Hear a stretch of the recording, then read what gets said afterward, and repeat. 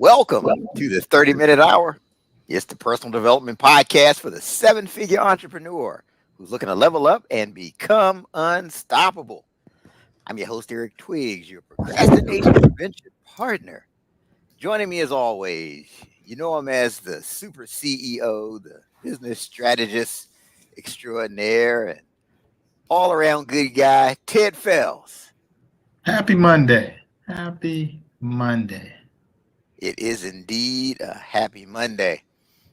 Today's episode, I think, is sorely needed. We're going to talk about the best kept secrets to motivate your employees. And I'm constantly having conversations with entrepreneurs, and the common thing we talk about is how hard it is or challenging it is to motivate people today. You know, it seemed like there was a time where, you throw out the right pay plan and people just took the ball and ran with it. Where today you can throw out that right pay plan and it still doesn't really move the needle or get them to move the needle like it did.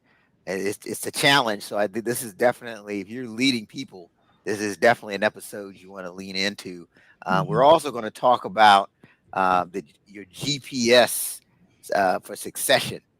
How do we begin with the end in mind? What are your plans for the business? This is going to be an exciting episode, and we've got just the person to talk about this. So, well, I'm going to go ahead. Let's get right to it, Ted. Go on, get right to it. Go on, get right to it. Ardie ready. Let's go. Ardie's ready to drop some knowledge and make it happen. We're just going to go right to it. Again, we're here today. We're going to talk about the best kept secrets to motivate your employees. And so our guest here, she's a graduate of Ashford University. She is a senior HR consultant with HR Knowledge Source, a human resource and talent management firm. She's held leadership roles for companies in the telecommunications, law enforcement, government, education, and professional services industries. Please join me in welcoming to the 30-minute hour, Ardie Harrison. Should we clap? Yeah. Hey, Eric. Hey, Ted. How you doing? Good. Welcome. It's a pleasure to be here with you both. It's a pleasure to have you. First, I just want to give you a shout out. I just want to shout out and acknowledge the breadth and depth of HR experience you've had, right, at the senior levels. I mean, you got 25 years plus in several different industries. Yeah, absolutely. I did some homework and I saw you got automotive, you got this, you got that. So I just definitely wanted to shout you out for that. And I would just have to imagine when it comes to people, when you have that type of experience, there's not too much that surprises you anymore. No, you don't go into situations with the element of surprise. You go in with an element of just expectations. You just have a open mind because you're going to experience and see just about anything. And over the course of time, I've had the opportunity to do that, but not so much with a closed mind that something new just simply can't come up. It just may be a reinvention of something that's already happened. Right. Okay, it's interesting because everybody thinks their situation is different, right? But when you got that breadth, you can see that that the particulars might be different, but the principles are always the same when it comes to people. Well, when you're dealing with people, even if they bought you a situation that's familiar, that you've not seen it with them, they've not experienced it. So you still have to make them feel like whatever they're saying is certainly important and valuable, and you want to be able to listen. So, while I may have seen it, I haven't seen it, how it's impacting and how you're experiencing it. So just keeping that openness, For sure. So if you follow like the comic books or the Avenger movies, all the superheroes, they always have an origin story, right, of how they started. You're an HR superhero, Ardie, so we want to hear your origin story. Like how did you start down this path in human resources? Yeah, that's really a great question. And, I would like to say, I would start that by saying someone saw in me something I didn't see in myself. Years ago when I started, I was in the part of the world of HR, so to speak, that has to do with automated systems. We were actually taking manual systems and we were automating them. And I was doing a lot of training. I was working with a lot of supervisors and managers in this particular company. And someone identified that I had some natural management skills and was really progressing in HR. And I began to identify that HR was a place where I could not only make a name for myself, but have impact and help others to grow as I was growing. And so I began to just really move up the ranks through experience in working with training, working with employee relations, helping to over time develop training, hoping over time to really create automation of systems, literally everything from soup to nuts in HR I've had the opportunity to do over the years. And as individuals grow in HR, what they find is you begin to develop a sweet spot. Like, this is the area that I really enjoy doing the most. So at this stage of my career, I've gotten to that place of the things that I truly enjoy more than when I started my career over almost 30 years ago. Which I know is hard to believe. It's almost 30 years ago since I'm only like 20 myself. So, Ardie, I was thinking the same. I'm like, did she say 30? Like you was like 2 years old. Yes. Child labor. We call that child labor. Ted, that's child. That's right. Coming up with benefits packages and all kinds of stuff at 2 years old. That's exactly right. Get all the baby milk for free, right? Amazing. I tell you, what a program that was. Yeah. So, yeah, you said something that I want to highlight because it has everything to do with our topic as far as how do you motivate employees. You said at some point someone saw something in you that you didn't see in yourself. Mm-hmm. And I'm sure that motivated you. It really did, because it was hard for me to believe in that stage of my life that someone saw that I had the ability to teach and train others to be able to resolve issues with employees. And so I was doing it naturally, but I didn't see it as necessarily all that I would need to start this journey. And when that person, which became a mentor for me, was able to pour into me, I just flew off. I mean, I just flew off like a bird, realizing that this is certainly something I enjoy. And the essence of that comment is someone gave me an opportunity, which is really important. Yeah? Oh, absolutely. Absolutely. And then you hit on the word mentor. Mm-hmm. You know, Ted and I are noticing, I mean, the successful people we're having on the podcast, they always mention that M word. Mm-hmm. Mm-hmm. So that's really important. And I appreciate you acknowledging that one word that I mentioned, because being a mentor and also having mentees, what I realized is people just need the opportunity to be able to identify the best version of themselves, to be able to change a no into a yes, and to be able to have some positive feedback and some critical, direct conversations, not telling people what they want to hear, but giving them this corrective criticism that allows them to grow in the version of who they're going to become anyway, right? Because we're not who we were 15 years ago, right? No. Ted, right, Ted? who we were 15 months ago. Right. Constantly changing. That's right. Absolutely. For sure. Okay. No, this is good stuff. So I'm curious, like, if you could go back and be a mentor to that beginner version of yourself, knowing what you know now, like what advice would you give that beginner version of yourself? I love that question. I would tell that beginner version of myself is don't be afraid to make mistakes. Don't feel like I have to get everything absolutely correct as the people that I'm watching do this, because they've been doing it for years. So what I have to do is be okay with learning from my mistakes, but also understanding that they will occur and not to repeat certain things over and over again. Some things will be repeated just because, but in essence, is learning from them and being okay with making a mistake. Now, some mistakes have significant costliness to them and liability. So as you grow in the career, you want to be more mindful of that. But the younger version of myself, I would say, don't be afraid to step out and take risks on the things that you don't know, and partner and find support to do that. So that's what I would say. Yeah, that's great. I think the key is, you already touched on it, but Can you get to the point where you're never making the same mistake twice? I would say that I don't believe in never, first of all, because back in the day, I said I would never wear silver. I only wanted to wear gold. And now I wear things that look silver and I don't really like gold. So, silly example, but a mind of saying as you mature, you think differently, you feel differently. So I don't Yeah. think it's a matter of never. I think you might have seen this thing happen in the past, but the way it's showing up, it has some of the same characteristics, but you might have to use a different strategy to get the results you need. Good. Mm. Good. Okay, so you're a senior HR consultant for HR Knowledge Source. So talk about like who is your ideal client and how specifically do you help them? Yeah. So I'm a senior vice president of strategy and client development with HR Knowledge Source, and I thank you for that acknowledgement. For us, the ideal clients are individuals that are mid-sized to large companies and small startups as well, but more so mid-sized to large. And our ideal client are those that are that either don't have an HR department or they have one that they need us to come in and complement and help to build up the skills of the individuals that are there.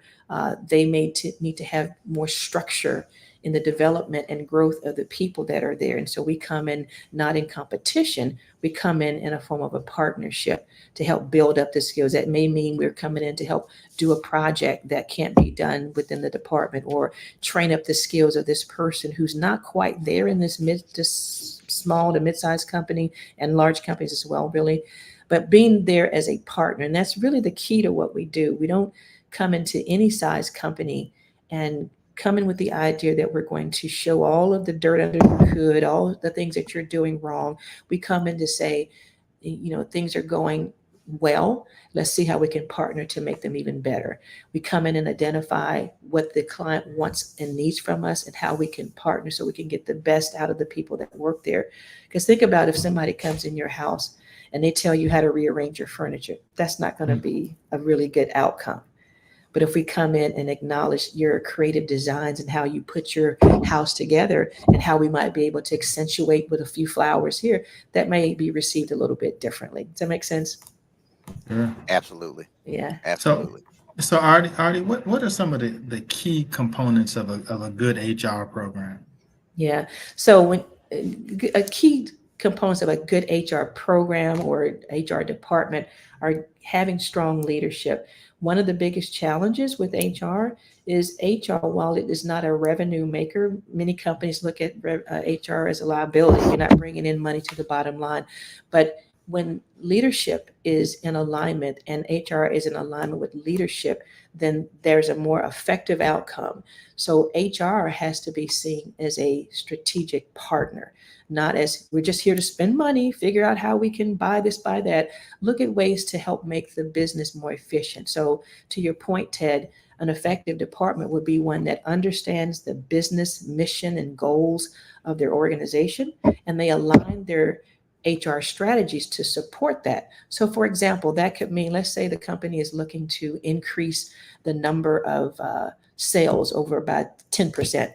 To do that, they need strong individuals that have the skill sets to do that. Well, HR's role then would be to find qualified, right fit individuals to support that and not have this churn where you're just hiring people that are warm bodies, don't have the skills just to say we did it, but being intentional that we're meeting the mission of the organization by bringing in the right people. So we may not be helping to generate revenue, but we're bringing in the people who can help to do that. And we're doing it by being meticulous and clear about hiring the right people. So that's just one example of many, but a good department will be in alignment with the mission of the organization and blend the strategy to support it, not be in competition.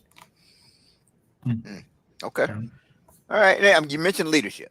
I'm curious. It kind of leads to my next question. Like what are some of just the common mistakes that you see with leaders when they're trying to motivate their employees? What are some of the common mistakes you see that we need to avoid? Yeah. So some of them are great. That's a really good question. Some of them are not good at delegating. Okay. They want to do everything and they want to have credit for the things that they do. And they minimize the skills, the ability, the knowledge that the employees have. For example, you hired me to be your um, IT person. That's what I do. That's the lane I live in. I'm not a CEO. That's what I do. But let's say you're a leader who's had some IT experience over the course of your life. You're choosing now to manage and direct and micromanage this person whose skill is that, but you're not allowing them to utilize their skills. So one of the mistakes they make is just not being hands off enough and not allowing an employee or staff member to come in and exercise their God given strengths, abilities, and knowledge to do their job. Employees typically don't like micromanagers. You don't need somebody standing over you, giving you the A to Z and looking for you to make a mistake. So that's one of the biggest pieces, because a lot of times they don't allow the latitudes because they don't trust. I don't trust you to do it the way that I think you should do it, so I'm going to do it. So therefore, the trust factor is not there. I think another thing too is just failing to define the right goals for the employees, right? So the employee believes that their job is A, but your expectations are B. So when it comes time to review how they're performing, there's a misalignment because the manager may not have been clear about the goals and expectations for that role. So a lot of times when employees are not clear, they're going to make it, they're going to do what they feel is best, and that could be off-putting and off alignment with what the company is trying to do. And also, I would say another thing is people are motivated differently, right? So one of the mistakes that managers make is using the same motivation for everyone, misunderstanding. For example, maybe what Ted needs is $100 raise. That's all he needs for the whole year. Ted, is $100. You're good with that. Maybe what someone else needs, like Eric, he needs to be acknowledged and complimented for finishing tasks on time, for being efficiency and saving the company money, acknowledgement. So you have to understand what motivates an employee to get the most out of them and not making this one size fit all. Some just need to be able to maybe lead a meeting and have input. So you have to spend time. And the way you get to know that is you spend time building and developing the relationship with the employee, because that's your biggest capital right there, is your human capital. And Ted and Eric, we always say that people typically don't leave a company. They leave a bad manager. That's typically what happens. I would say one other mistake that I could throw in there in terms of what leaders make is not walking the walk. They say one thing, but there's a misalignment between the way they walk and what they say. And employees talk. We're going to get by the water cooler. We're going to get on the social media. We're going to talk. So you're saying one thing, but your walk is not in alignment with what you're saying. So they're not walking the walk, and they're not willing to walk the walk. So they're more dictatorial. People don't respond to that because they're human. All you got to do is talk to me. We're all pretty much grown adults, but they need to be able to have the time to be talked to and not talked at. So that's another mistake that I would say leaders make. I could go on, but that's probably 3 or 4 there to think about for sure. Yeah, no, I think this is spot on, especially when you talk about kind of the whole motivation. So one of the things I've observed is that we just assume that people are motivated like we are. Yeah. Like for me, I want to see my name at the top. I'm very competitive. I want to be number one. So if you say Eric Twiggs was number one at this, I see I'm like, yeah, let's do this. But most people aren't. That's right. Most people are just kind of like, oh, okay. And so you have to figure out that doesn't motivate some. Some people will get motivated by the opportunity to get more time off. That's right. And I like the way you said that, because what we've also found is a lot of times employees are also motivated by friendly competition. When they know that there's a goal and they are competing against their peers, at the end of the day, the solution and the achievement of that goal is going to benefit the company. But if you've got, for example, salespeople trying to get to the highest percentage, that's complementary not only to the company, but it's friendly competition, and that's what motivates them. So you have to find what motivates that person. And can I add one more thing, Eric? Absolutely. Yeah. So another thing I thought about too is another mistake that leaders make is just being too friendly. sometimes the lines get blurred between I'm your manager and I'm your friend. And while everybody can't manage those two roles, when you come to some really sticky scenarios in the workplace and I'm your friend and I expect to be treated differently because we hang out after work and we do all this other stuff, but at work I'm your manager and other employees see that, that's sometimes a line that once it's crossed, it's hard to come back across. So knowing where those lines are, not that you have to throw down the whip and say you must do as I do, but learning how to manage a relationship where you're not being too friendly and that your friendliness is not misunderstood by the employees. If that makes sense. So I want to throw something in here just because I want to get your thoughts on this, and I'm sure you once I start you'll know where I'm going on this. So hiring of your friends and family. What are your thoughts? Depends on the job. Let's say, for example, depends on the job. I wouldn't necessarily recommend it. And my professional opinion around not hiring family and friends is that's where oftentimes the lines get really, really blurred. Um, Now, I've had situations where I have an organization that's coming to mind right now that it is family owned, and a lot of the family works there, the wives work there, the grandchildren. And guess what that has done and can do to the employee morale is now the family that are part of the business use the weight of what they have against the other employees. So the other employees feel like they can't say anything or make a mistake, or they'll, be told on, or if they have relationships with the family members that in essence they are not treated the same, or if a family member is not disciplined the same as another employee. So it creates a real adversity in the workplace in terms of morale. Maybe you see the family members moving up the ladder, but John has been here for 15 years and he can't get that opportunity because he's not part of the family. In some cases, friends can work effectively with someone who they know in the job, but I would have to caution to say you really need to know who you put your name behind. People, sometimes the relationship can change dramatically when we start working together. It's like two people getting married. We were great as friends, and as soon as we got married and I woke up and saw you, I'm like, whoa, who is that? so you really need to spend some time making a decision. Do I want to have this person not only work with me, but put my name behind them? Because when things go left, they're coming and looking at you. So I don't really advise a lot of the whole. Now, mind you, people become friends after they've been in the workplace together. We didn't come in and I brought you in as my friend, but we became friends. That's a little bit different. But I'm not a big proponent of that because I've seen too much adverse things that occur in the workplace, just having those relationships like that.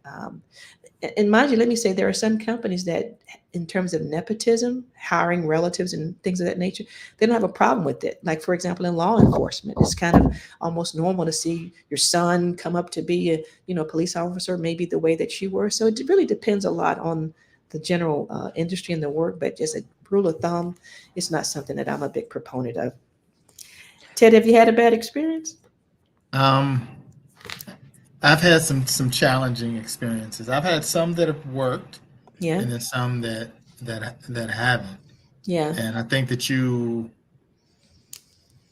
I don't know, like you may think that you know someone, like you may have a relative or a friend, and you hear about like all these accomplishments and all of that, and you think together it's going to be a certain way, and then you find out that it's not. Yeah. Yeah. It's not. It's that environments are different. Mm-hmm. You may have thought that person was this, played a certain role at the other organization, and they didn't. Mm-hmm. Right? Mm-hmm. You assume they could do a certain thing because they were a VP at this other organization. You bring them over, you're like, man, right? Exactly.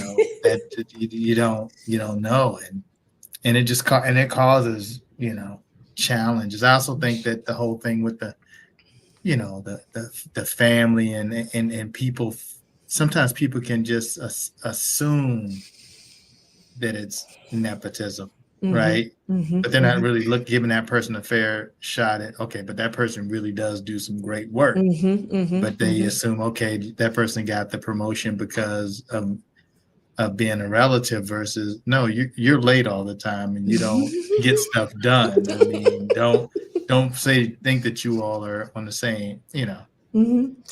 I mean, playing field.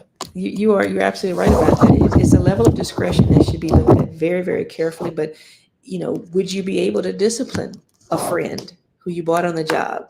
You see what I'm saying? Would you be able to apply those same things? But in the meantime, look at the atmosphere you're creating in the culture when you don't apply the same rules to family and friends that you apply to the people that are not family and friends. So that's where the conflict becomes challenging. Not saying it's impossible, but it's not something that I advise.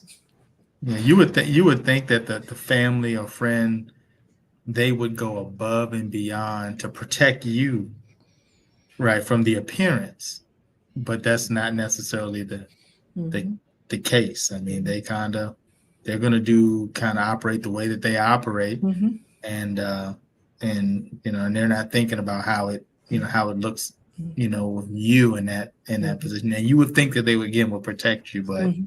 Mhm. nah. Yeah, I've seen where people have done that.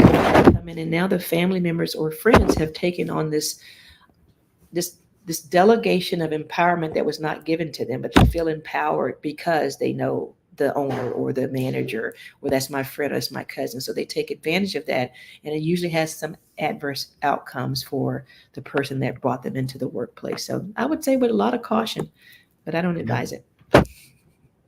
Yeah, no, this is good conversation, and I would advise anybody that's thinking about bringing in a relative, bringing in a friend. If it came down to it, do you would you be able to terminate the person if that's the decision that's in the best interest of the business? Would you be able Mhm. to do that? And would you be able to have that difficult conversation? Would you be able to discipline them, hold them accountable, write them up? They they'd probably send them to me, so they wouldn't have to do it.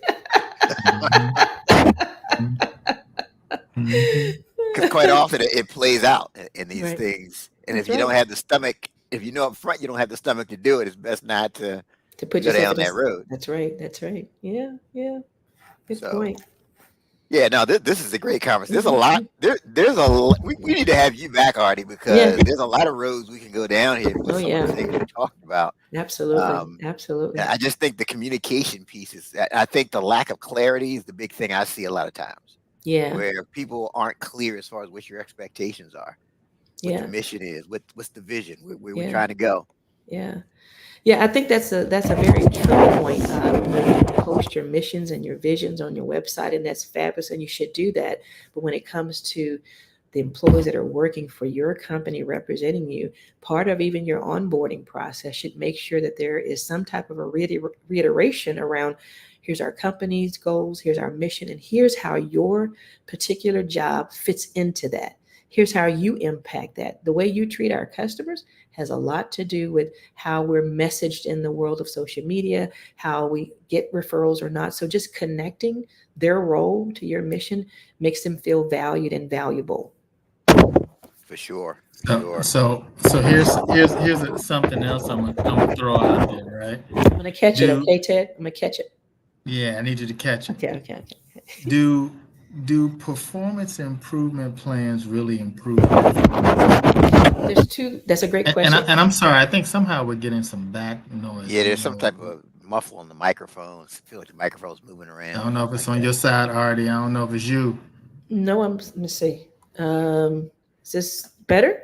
Is this better? Yeah, I think it's fine. Okay, okay. So that's oh, There it is again. oh, is it on my side? Well, Let's all I know, Artie, is Eric and I have done about 700,000 episodes, and we've never had it before. Okay, so I should take credit for that. Is So that what I you're so saying? I you know Should I take credit? I'm not one to point finger on who. Okay, is this better? Because if it's not, I'll take these off and we can. No, it's fine. It's just Yeah, it's fine. whatever you're doing over there. If you dancing or something, or whatever you have your feet moving around or something over there is called. Okay, let's see. What you were saying. Okay, I'll stand still, or I'll sit still. So, two parts to that question in terms of performance improvement plans, and do they really work? Some the ways that I find that they don't necessarily work is the employee has gone through, some companies use what we call progressive discipline. So you might get a verbal, then you might get a written, then you might get some time off. And then you go to this point where, okay, it's time to put you on a performance improvement plan. Sometimes when it doesn't work is that the employees will do just enough to accomplish what's in that improvement plan. And then they've gotten out of that period, and gradually over time, they go back to similar behavior because they're doing what's needed to keep the job. The times when I see that it works is that when employees truly, earnestly are needing that additional support and assistance because maybe there's a task they don't understand, they're not effectively doing it correctly. They need that mentoring, coaching, support, which is kind of what happens a lot too with the performance improvement plans. There's some coaching. So when it's targeted and we say, okay, over the next 90 days, I want you to work on this and I'm going to support you. Or maybe I send you to an Excel training class so you can improve your skills. I'm doing things to partner with you so that you can tangibly see an improvement in that area. Now I've got a vested interest and you have a vested interest. That's when I see it working more effectively when it's a partnership. I see it sometimes as a last event that sometimes companies will do to let Johnny go, to let Susie go from the company, because then we could say we did everything and we knew you weren't going to improve. So we just went through the process so we could help usher you on your way to your next great adventure because it's not here. Right. So it's more effective when there's a partnership and when the employee can identify, I know that I messed up. I need some help better understanding how to strategically implement this process because I thought I knew, I just don't know. So I think when there's a genuine, not only expectation, but coaching and support from leadership, you have a better outcome. Because we're working this thing together. Not I'm trying to do it until I get through the probation through the performance improvement period, check off the box, and I just go back to what I was doing gradually. Yeah, I think a lot of times the leader isn't good at documenting. Yeah. If someone is failing, they don't document. So by the time they go to do a performance plan, it's just kind of a cover your backside type thing, and the person is pretty much out the door. And all they're really looking to do is just make sure they've got the documentation to cover themselves. So they're not really looking at it from the standpoint of, I really want to improve this person's performance. It's like, okay, I'm trying to move on from this person. And I just want to make sure I got my backside covered. Yeah. Eric, were you in one of my classes? Because that's spot on. That is spot on. And I say that with a lot of enthusiasm because a lot of times leaders are trying to, in some cases, let me just check the box because I don't want to deal with you anymore. You are my problem child, and I've got to go through this process. Now, you mentioned the key word in this documentation. Years ago, and it still applies now, documentation is definitely important, but are you documenting to document the person out the door? Or did you, when the first time this happened, did you coach them? Did you bring him in and say, listen, I noticed that you didn't perform as well as you could have. Let's talk about why that didn't go as effective. Let's talk about why you think it failed. How can I support and help you? So if leaders, because what we do a lot is at HRKS is we train leaders and we train them in the fashion that you just became a new leader and you tactically know how to do the job you just came out of. But what you don't know how to do is to lead people. So leading people is very different than doing the job yourself.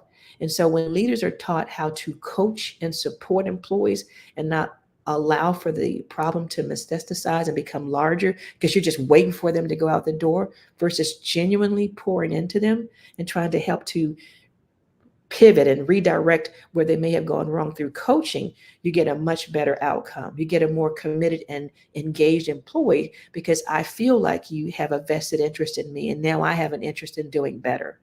Does that make sense? Yeah, makes total sense. Yeah. Well, good. So let's share some of the best kept secrets to motivate today's employees. What should we be thinking about? Well, if I tell you, they wouldn't be a secret anymore, right? Hey, we gotta let the cat out of the bag today. Hey, Ardie. What? We're not gonna tell anyone. It's gonna be just between us. Okay, Just that's between the fine. three of us. I'm good with that. I'm good with that. Well, one of the what I say best kept secrets, which will no longer be a secret after I say it, that helps to motivate employees is really including employees in the decision making. Believe it or not, when you hire someone, they come with ideas, skills, abilities, different ways of doing things, and just because it's different from the way that you did it doesn't make it wrong. Involving them in the decision making also gives them some skin in the game, right? For example, when you have a workplace that has multiple generations in them, people that are from the baby boomer and earlier generations, one of their key characteristics is loyalty. They like doing things the way it's always been done. Why change it? It's not broke. It's been working this way for years. It's great. Then you bring in a millennial to work with them who has more skills that are more technologically advanced, that they got efficiencies that they can change the process that you as the baby boomer have been taking 12 steps to do. Now they've come and they figured out how to do it in 4. And you're like, nah, you got to do every single step. The reality is the efficiency saves not only time, but money for the organization. So including employees in decision making is key, and not negating their ability to bring value. Just because you've always done it that way doesn't mean it's the best way to do it. It's really important. Now, if I include you in the decision making, that's also saying to you that I value who you are. I value what you bring to the table. I value that you have an opinion, that I may or may not use it, but I'm allowing you to bring that value to this workplace. And so when employees are not included in the decision making process, I don't mean every decision. There's some decisions that just have to be made by a leader, but there are decisions that you can engage the group. I call it groupthink, to engage and say, what do you think if we were to do this? What were the impacts? Now I feel like you value me. You make me feel as though I'm important. And you also make me feel like I have a voice. So including employees in the decision making has multiple tentacles to success if it's done in the right way. That's Yeah.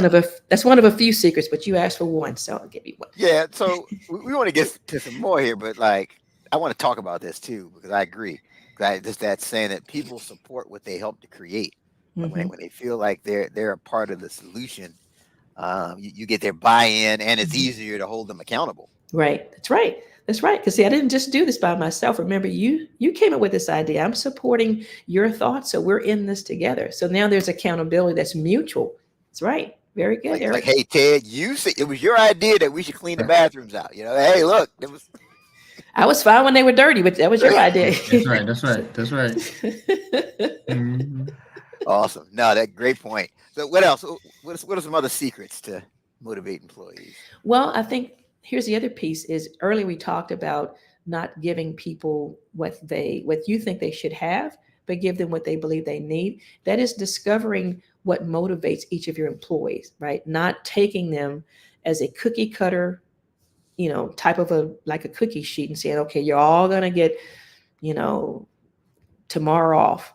Well, maybe tomorrow off is not what I want. I want next Friday off because I got something special going on, right? Discovering what motivates them. And the only way you're going to discover that is if you've built a relationship with them. If you spend time talking with them beyond good morning, how's the family, getting to know them and understanding what motivates one is not going to motivate the other one. But when you identify what motivates them, you're going to get the better out of that employee. You're going to get more commitment because you're valuing their individuality and not treating them like a collective all. Like, we're just a group think. You brought me in individually for what I bring to the table. Now give me that same respect as I give to you. So just discovering what motivates each employee, I think, is a really key part to motivating employees. Yeah, when it comes across like it's a cookie cutter thing, that's when people kind of check out. But when they can tell you're paying attention and you tailor recognition to something, if somebody's into hunting, you get them something from the hunting supply store. Right. If somebody's into golf, you get them something golf related. That now they know that you're paying attention to what they're doing. I think that's great. That's right. Good. So what else? I would also say is to ask for their feedback. So earlier I talked about including them in the decision making, but let's just say the decisions have already been made. in whatever it might be affecting their department or the company. So what do you think would happen if you asked for their feedback? If you indicated that not only is their feedback important, but you're willing to take a decision that maybe has already been made and alter it because this feedback that they have provided has provided a new insight that you didn't consider when you made the decision for the company. So, and I mentioned earlier about involving them in the decision making, but oftentimes decisions are already made. And how would it make an employee feel if you went back and said, you know what, we didn't make the right step when we did that. Let's get your feedback on how you think we should change it now that you've experienced it and it's not working too well. And just imagine what that would do for the employees if they recognize that they had the power to give you feedback, you listened, and you actually changed something as a result of that, and it worked out to the better, right? Oftentimes, leaders make decisions, but they're not the ones doing the work, the day-to-day. So who do you think has a better assessment on how to effectively do the work? People that are doing the work, right? Ardie, you know, this area of feedback can be tricky, right? You know, I tell I share with my team all the time, and I'm like, I want feedback, right? I'm always open for feedback, but you got to understand, I may not do what you present for whatever reason. That does not mean to think, oh, well, he just hadn't, he's not. No. I need you to keep doing it because I guarantee you, if you keep doing it and you get to know the organization better and you get to know me better, that you'll probably get more things through than you won't, right? But don't think the first time you suggest that that every Thursday and Friday everyone gets off and I don't do it, and then you think, that's I'm just not open to feedback. Mm-hmm. Yeah. So, and that's a great point, because when you're asking for feedback, first of all, you need to have enough tough skin to receive the feedback, because they may say something you don't like. But Right. also the caveats around it is, I'm asking for your feedback because I want to make sure all the options that didn't get explored or considered, I can hear your opinions about it. Please understand that every feedback does not turn into something being changed, but it's a consideration to hear how you think. So as future decisions are made, I can consider some of your thoughts around that. So it's how you present that. And I appreciate you saying that, Ted. Yeah, just good to share your perspective, right? Just to, be like, man, I never thought of that. I never thought that that's how you all were seeing that. Mm-hmm. Okay. And something else, Eric and Ted, that I've seen that really motivates employees, all the time it's not like a $50 bonus, because by the time that's taxed, it's probably $38 and you really haven't felt it anyway. Right. But when Right. there's some type of positive competition, in the workplace, positive competition, there's an outcome. Maybe it's a few extra days off, or it's whatever that thing might be. And you allow the employees to decide what will be the prize or whatever that might be for this competition. So now they've gotten an engagement in what the outcome can be, but they're also competing for something. For example, some companies may do a biggest loser type of a competition, not because they're saying their population of employees are, maybe in some way over the weight limits of whatever that might be, but they're saying we're trying to promote a healthier environment, right? We want to promote healthy living styles. So the biggest loser, whoever loses the most of blah, blah, blah, gets blah, blah, blah. It's positive because the end result of that is healthier employees, more self-conscious employees, maybe people taking physicals, whatever that outcome might be. So finding something that has a positive competition element and engaging them in what that could be is also another way to motivate employees. It's funny. I remember one time I had a consultant that came into my office and, was training my staff on something, and I wasn't participating in it. So from my office, I could hear all this cheering and excitement and all this stuff. And I was like, man, I never even knew those people even could make that much noise. And I went in there and I noticed that on the conference room table, she was going over some information and training. And every time someone would answer the question right, she was giving them a piece of candy. And so you see some of the kids, they were like hold it like they had like casino chips. Yeah. Like they had all this candy here. And then one of my staff, I could look at her face and she was just She didn't have anything, and she was so like Upset. until then. Next thing you know, she got an answer right, and she got one. It was like I'm sitting there thinking, like, we got Right. all type of bonus and commission structures in place, and y'all don't get excited about that. But these pieces of candy, Right. and this competition between you over some candy, Right. you all are showing something I've never Right. seen. So yeah, who knew? Who'd have thunk it, right? But you Right, just, who'd have thunk it, yeah. right? But you just made my point about understanding what motivates the employee, right? So Mhm. in your mind was all the bonuses and opportunities there. And it doesn't mean that they weren't competing for that, but that was more important as well. So Yeah. Yeah, that's interesting. 'Cause I've seen situations where these people already they're about to go to battle over little gold medals that we made up. It's like they're getting so excited about getting right. this little gold medal. But but then you have the pay plan thing, and that does nothing. There's nothing for 'em. There's nothing for 'em. Nothing. Yeah. Right. So, Yeah. I mean, this is a great talk, great conversation on the things that motivate people and the best kept secrets. I mean, we've talked about including employees in the decision making, discovers what motivates them individually and not being a cookie cutter, asking for their feedback, thinking about getting their input on what would be a good prize and having that positive competition. I did want to shift gears a little bit and let's talk about this whole GPS for succession.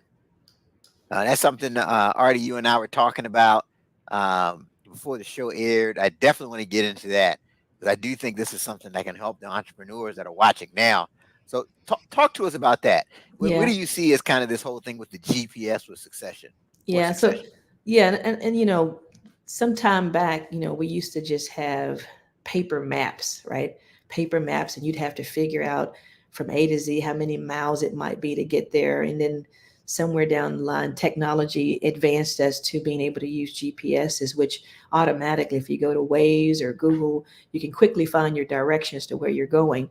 And that's the kind of the same concept when you think about being an entrepreneur in a business. It's about creating an exit strategy and it should take into account the people that work for you, maybe the community that you serve, the type of emotional transition that happens when you no longer in that business. But how do you create a business platform where the GPS is a strategy for succession?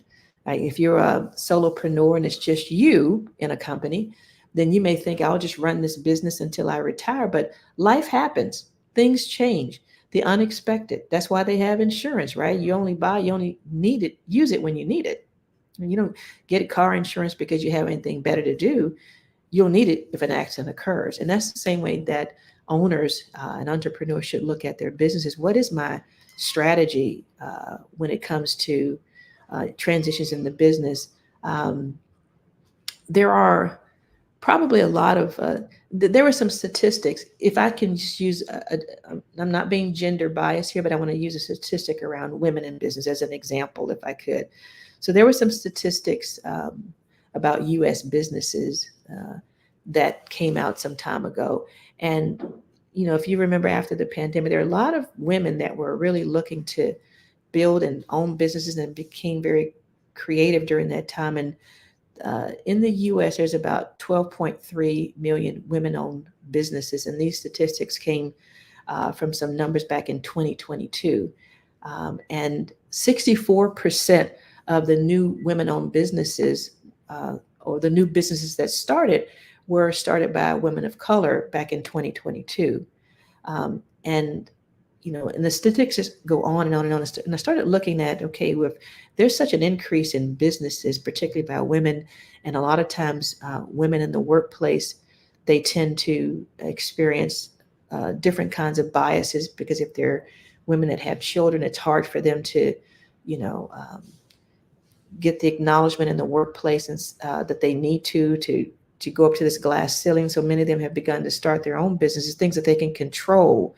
But what happens when there's a need to transition in the business, even whether you're female or male in the business place, planning what your company's legacy should be, that can really help you to shape what your business's future is going to be after you depart. How do you strengthen your company today so that it can withstand that? How do you grow the business? Who do you train and trust to be able to do that? And Eric, earlier, Ted, you were talking about, having people that are relatives in the business working together, right? But when it comes to an entrepreneur, sometimes the person that you trust to be a successor very well may be someone that's in the family or not. You need to really think about that. Identify a successor that's going to help you make plans and keep succession in mind. Like, they're not going to come in and change the whole dynamics of your business. Like, you started this off being a candy store. You're not trying to turn this into an oil mechanic shop. That's that's what you want your legacy to be. Cultivate the type of successor. And when I say cultivate, that means if you're thinking about this, if you're hearing this, you need to be thinking, who could I cultivate and begin to trust, that I could train to begin to carry this business on? Maybe they work in lockstep with me. And if something were to happen, I want this business to continue. And if you're deciding that you don't want the business to continue, then maybe your exit plan is that you're going to close the business down if something were to happen to you, or you choose no longer to do this. In preparing someone, you want to test drive them. It's almost like when you buy a car, don't you oftentimes want to test drive it before you just get up and say, let me just pay, and you get it off the lot and now it's yours, but it's a lemon. Well, you want to test drive this person who might be a potential successor in your business. That could be testing them in their leadership abilities, seeing how they're thinking, if how they think aligns with the business in terms of how you've structured it. And even if they have new ideas, what does that look like in terms of affecting the structure of your business? Once again, who can I partner with to help keep this business going? Go ahead. I was getting ready to say, you're about to ask a question, Eric. Go ahead. I was getting ready to say, when you start a business, at the very inception of the business, or at least maybe 3 to 5 years before you want to either sell it, for example, or if you're wanting to allow someone else to carry it on, you need to start thinking about, what does this look like for me? Am I in this for the long haul, or am I in this because I'm just trying something out? And if you're an entrepreneur who's truly trying to build something from the ground up, you're trying to stabilize and have impact, what is this service that you're providing to the community? Do I see this service being cut off or just stopped if I choose to leave? Or am I going to really continue it and build it to the next level?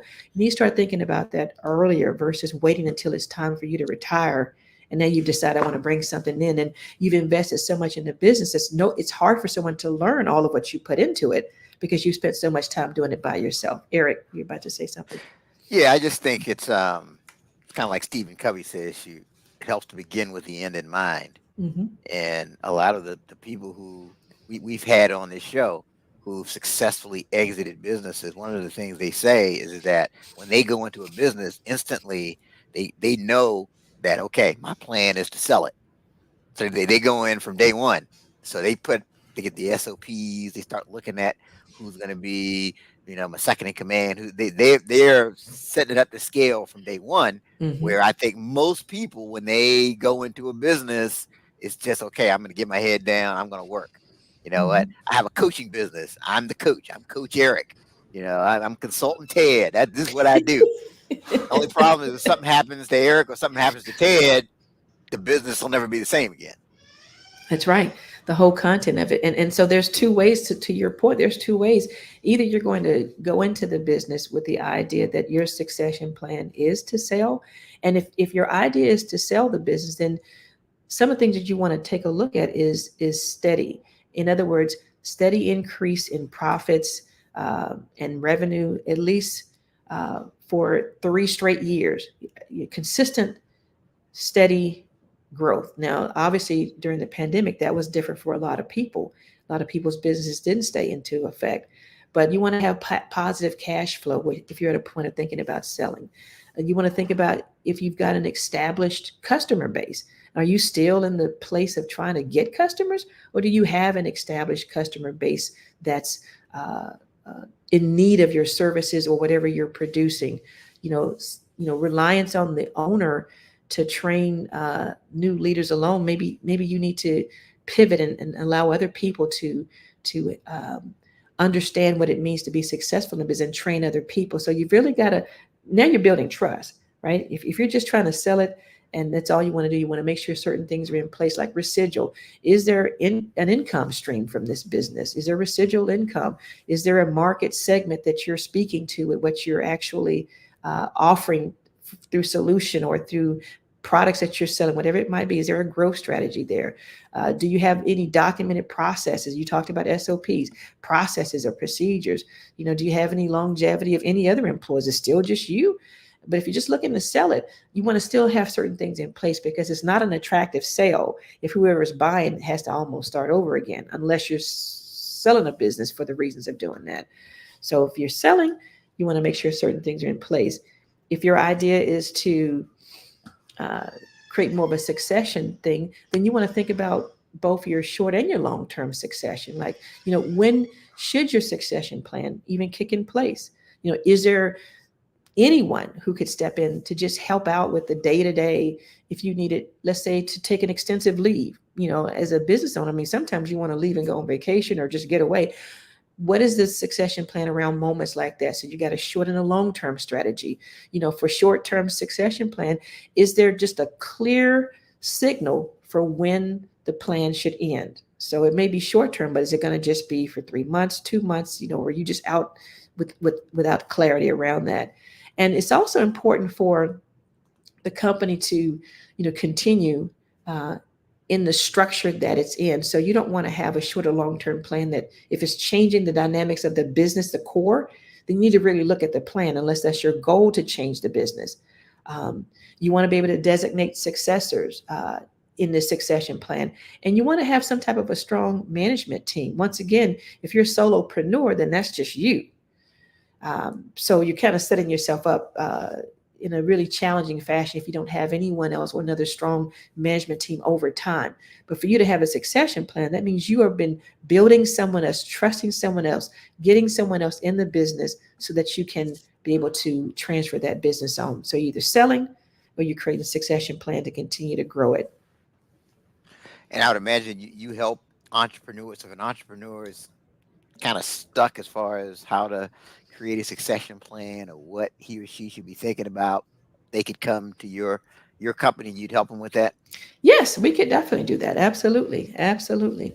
As a matter of fact, my wonderful partner and key person with HRKS, Cherie Knowles, do a lot of training class for new business and entrepreneurs on how to begin and start your business and some of the pitfalls. So we absolutely are able to do that for companies. It's something that we enjoy doing, because a big part of who we are is we enjoy giving back. I don't know, this wasn't mentioned in the beginning. I need to put this into our conversation, that we are a woman-owned, minority-owned, female-owned. Of course, if we're woman-owned, of course, we're female-owned, but faith-based organization. And a key part of who we are, Eric and Ted, has to do with that give back and supporting other businesses and people. So thank you for mentioning that.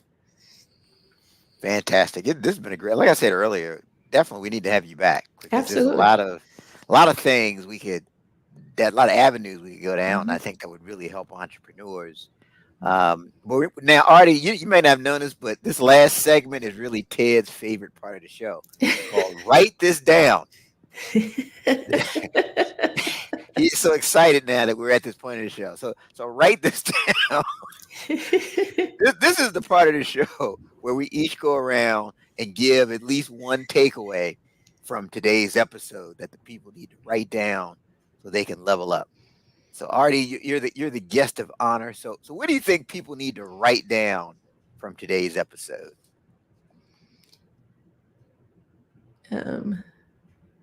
Let's see.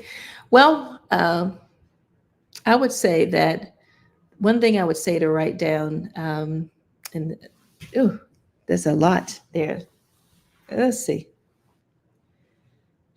I would tell them to write down the 3 C's.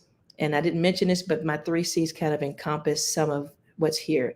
I have this motto that life and your work life, personal life, is full of the 3 C's: choices, chances, and consequences. No matter what you do in life, you're going to always be making some type of a choice And sometimes you just have to take a chance, whether it's in business or being an entrepreneur in the workplace or trying to promote yourself. But there will be consequences as well. So you need to be clear about how you will deal with the consequences, but know that there are the 3 C's: choices, chances, and consequences. Choices, chances, and consequences. Write that down. So Artie, so this is why I don't like this part of the show, because I have to follow something like that. Right. Like, and I knew I like she about to drop some big old boulder out here of all this information, and so yeah, so that's why I don't like it. That was really good. Okay. So for me, I had a pastor of mine in church. He passed a couple of years ago. We were very close there, I guess for both Eric and I. And one of the things that he used to always say to me, no matter what the situation was when we would be talking, is that he said, "Well, that's just people." And I was like, "That's all you got? Like that's just people? Like whatever the situation was, well, that's just people." And I wish I had learned that so much younger, that it's just people, and especially even in business, right? When you're wondering about how to motivate people, why did people do this? Why didn't they look at it this way or that way? And it's just, why did those people get so excited about little pieces of candy when there were, thousands and thousands of dollars and commissions and bonuses? But that's just people. And, and HR is, I just see it as it's a people business right there. Like it's all about the people, right? And I think as a leader, we have to somehow be able to put that, like we have to be an extension of HR. Like we have to understand that it's about the people. You're only going to be as successful as your people. People want to be engaged. People want to feel that you care about them. You got to make this, how do you make these connections, keep these ongoing relationships, and you got to watch what you say and your body language and all of that. I was talking to another business owner that I kind of mentor today, and I was just telling him, I said, like, you have to be with your team. I guess what is it like? I always get this mixed up, but like what's like the thermostat, right? Like you have to be able to set like that tone for your team, right? If you're coming in there and you're cold, right, they're gonna be cold. If you got it hot, right, they're gonna go kind of with you, and you just have to realize that that they feed off of you, and it's but you got to know what's going to get them going, right? Because those rah-rah speeches don't always work, right? Because I've given some good ones. I'm like, some of these, I'm like, man, like this is some stuff to take, and I didn't get anything from that. And she got people jumping up and down over a couple pieces of candy, so yeah, so it's I just think it's about the people and kind of figuring it out, and every day, and every person is different, and what motivates them and moves them. And so yeah, so I just said, to write that down, that it's about the people. That is the biggest asset that any company has, is its people, right? Yeah. Yeah, that's right. So treat your people right. Yeah. Yeah, and I think the thing is that people are less tolerant of a bad boss today. Absolutely. Because there's so many ways. It's not like you have to go wait until the Sunday paper comes, get your resume out, get your cover letter. You don't have to do all that. You went back in time on that one, Eric. Right. I'm dating Somebody's myself pinging here. you on Somebody's pinging you on LinkedIn every day. Right. In your profile. Absolutely. If you got somebody that's good, especially, I mean, they've got people offering them jobs. They could just touch their phone and leave you. So yeah, I think with this is critical. It's all about the people. You have the my way or the highway, that old school mentality. You're just not going to have success doing it that way. Yeah. But as far as my piece of this, as far as write this down, I still go back to what you said earlier at the beginning. You're talking about your starting your career, that somebody saw something in you that you didn't see in yourself. And that's what started everything. And when I look at this, something I've been saying here lately is that I think it's very possible to be visible but not be seen. Right? You can be in a visible position, but you don't feel seen. So I think you talk about motivating people. If you can make people feel seen, they're more likely to be motivated. And this a habit I've been experimenting with here lately, and it's been a total game changer. I mean, I've been doing it with clients that I work with and people in my organization. Is I'll take 5 minutes a day and pay them a sincere compliment. Just a little 5-minute note, and you'll be surprised how much of a game changer that's been for people. And people, I did it for someone. It was Father's Day, and I just sent them thing, and he told me, you know what, Eric, this is the most sincere compliment or sincere messaging I've gotten all day today. He's a father, 3 kids, everything else. So I think if you can allow people to feel seen, and because the world is always looking for what you're doing wrong, right? If you can catch people doing things right, notice the progress they're making, notice the efforts they're taking, that's going to motivate them. I don't care who you are. I don't care what your personality type is. If somebody really sees you, you're going to be motivated. You'll move. Write that down. Well, Eric and Ted, you are both hired. Oh, well, thank you. Thank you. That's good to know. I love what both of you said, because a lot of what we do with companies and going in and training is the things that you're talking about, is showing them how to value their people, how to value and be leaders to the people that matter the most to the company. So that's where we do some of our best work, is building relationships with organizations. Great. So how can people, because the people are chomping at the bit now already. I can see it now. They're just like, okay, I've got to get more information. I've got to get help with the GPS for succession. I need HR in my organization. How can people best connect with you, Ardie? Yeah, absolutely. So we'll give them several ways to do that. One is they can reach out by way of our website at www.hrksllc.com. That's www.hrksllc.com. They can also reach me directly at Ardie, ARDIE, at HRKS.LLC.com. You can also find me on LinkedIn at Ardie Harrison. And for those that still like the old-fashioned phone, we actually have a phone number, 770-322-4757, and that'll get you to our admin team. We would be honored. It would be our pleasure to be able to sit down with anyone and talk about not only where their needs are, but talk about who we are and how we can support you in partnership, not lifting up the hood and seeing what's mechanical challenges you might be having, but really partnering with you to take you to the next level. It works a lot better like that. Great. Well, Ardie, thank you for sharing everything you shared, dropping all the nuggets that you dropped. And then, speaking of sharing, for those of you watching or listening, don't forget to share the show. Share the show. Absolutely. You guys are great. You guys are great. Thank you. Thank you. Don't keep this great information a secret. Well, and then, go ahead. It's no longer a secret now. That's Ted, right. Ted made me share it. That's right. Put it out there. Put it out there. There you go. And again, those of you watching and listening, don't forget you can go to Apple Podcasts and Spotify and all those podcasting platforms and subscribe or follow us. That way you never miss an episode. I mean, our audience is growing. We're up to 1.3 million total downloads on the podcasting platforms. So make sure you go back and subscribe.